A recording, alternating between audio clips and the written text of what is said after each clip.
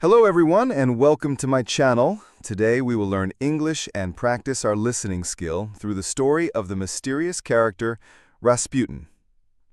The Mysterious Monk. A Life of Grigory Rasputin. Grigory Yefimovich Rasputin, a name that still whispers through the pages of Russian history, was born in a small Siberian village called Pokrovskoye on January 21, 1869.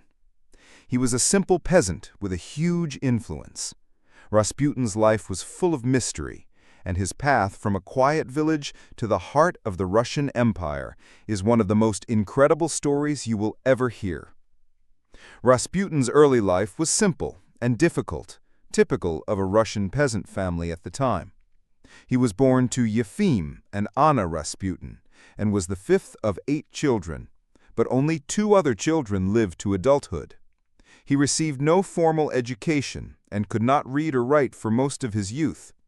His religious journey began early, and he was known for his strong faith and a deep interest in spiritual matters. As a young man, he was known for being a bit wild. He spent time drinking, stealing horses, and getting into trouble.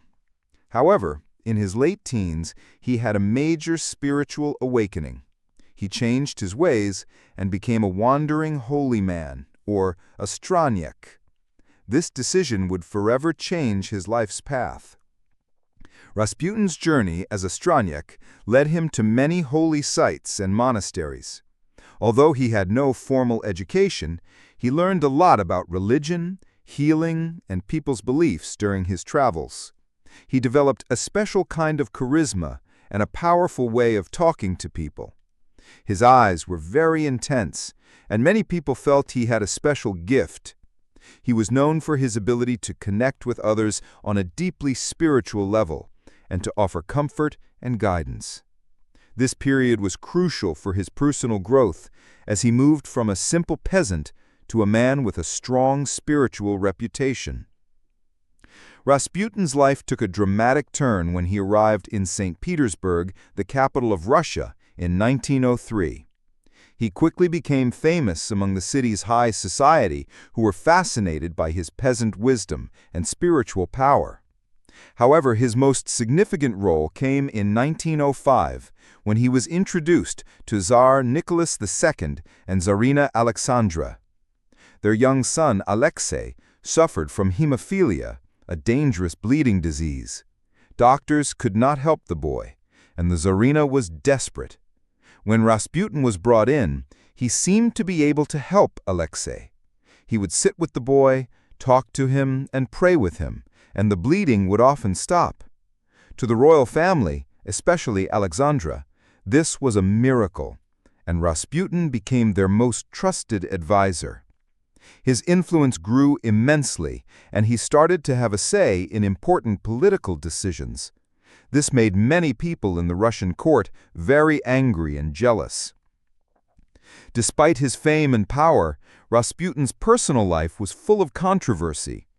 He was married to a peasant woman named Praskovya Dubrovina and had 3 children with her. Even though he was a holy man, he was known for his wild parties and scandalous behavior in St. Petersburg.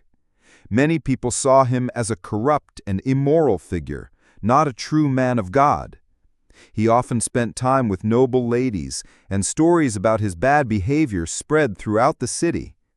These stories damaged his reputation and made people believe he was a fraud who was harming the royal family and the Russian Empire. Rasputin's life came to a violent end on December 30th, 1916. A group of nobles who feared his power and believed he was ruining Russia decided to kill him. Led by Prince Felix Yusupov, they invited Rasputin to a party. They poisoned him with cakes and wine, but the poison seemed to have no effect. Then they shot him. When he still didn't die, they beat him and tied him up before throwing him into the cold Neva River.